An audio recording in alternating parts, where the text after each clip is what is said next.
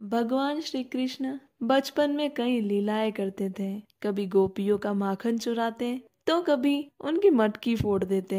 गोपियां इनसे परेशान होकर कितनी बार मैया यशोदा के पास उल्हाना लेकर आती। ऐसा कई बार होता था। एक बार की बात है कि यशोदा मैया प्रभु श्री कृष्ण के उल्हानों से तंग आ गई और छड़ी लेकर श्री कृष्ण की ओर दौड़ने लगी। जब प्रभु ने अपनी मैया को इतना क्रोध में देखा तो वो अपना बचाव करने के लिए भागने लगे। भागते भागते श्री कृष्ण एक कुम्हार के पास पहुंचे। कुम्हार तो अपने कार्य में व्यस्त था। वह मिट्टी के घड़े बना रहा था। लेकिन जैसे ही कुम्हार ने श्री कृष्ण को देखा तो वह बहुत प्रसन्न हुआ। कुम्हार जानता था कि श्री कृष्ण भगवान साक्षात परमेश्वर हैं। तब प्रभु ने कुम्हार से कहा कि कुम्हार जी, आज मेरी मैया मुझ पर बहुत क्रोधित है। मैया छड़ी लेकर मेरे पीछे आ रही है। भैया मुझे कहीं छुपा लो।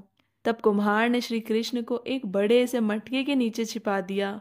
कुछ ही देर में मैया यशोदा भी वहां पर पहुंच गई। कुम्हार से पूछने लगी, क्यों कुम्हार, तुमने मेरे कन्हैया को कहीं देखा है क्या? कुम्हार ने कहा, नहीं मैया, मैंने कन्हैया को नहीं देखा है। श्री कृष्ण ये सब बातें बड़े ध्यान से घड़े के नीचे छुपकर सुन रहे थे। मैया तो वहां से चली गई।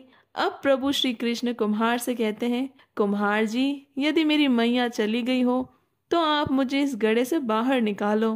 कुम्हार बोला, ऐसे नहीं प्रभु, पहले मुझे 84 लाख योनियों के बंधन से मुक्त करने का वचन दो। भगवान मुस्कुराए और कहा, ठीक है, मैं तुम्हें 84 लाख योनियों से मुक्त करने का वचन देता हूँ। अब तो मुझे बाहर निकाल लो।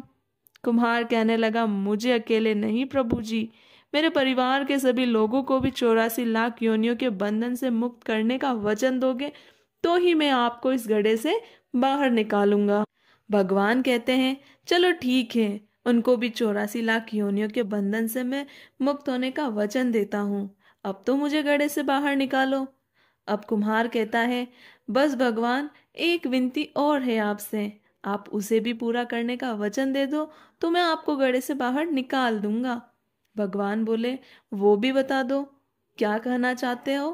कुम्हार कहने लगा, प्रभु, जिस गड्ढे के नीचे आप छुपे हो उसकी मिट्टी मेरे बेलों के ऊपर लाद के लाई गई है। मेरे इन बेलों को भी 84 लाख योनियों के बंधन से मुक्त करने का वचन दो। भगवान ने कुम्हार के इस प्रेम को देखकर उन बेलों को भी 84 लाख योनियों के बंधन से मुक्त होने का वचन दिया। प्रभु बोले, अब तो तुम्हारी सब इच्छाएं पूरी हो गई है, अब तो मुझे गड्ढे से बाहर निकाल लो।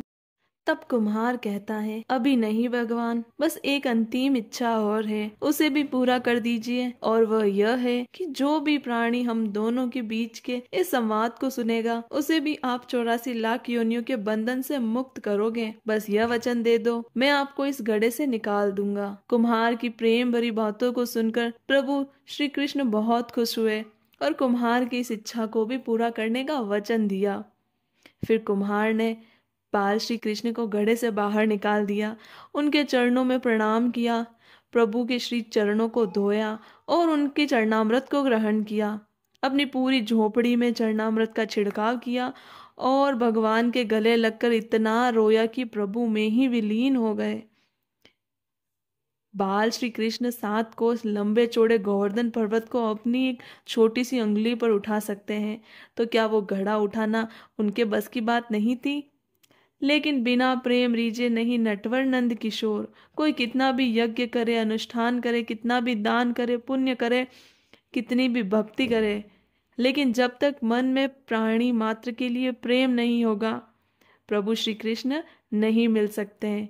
भगवान को पाने का एक ही रास्ता है, वो है प्रेम, स्नेह, करुणा, दया की भावना। राधे राधे।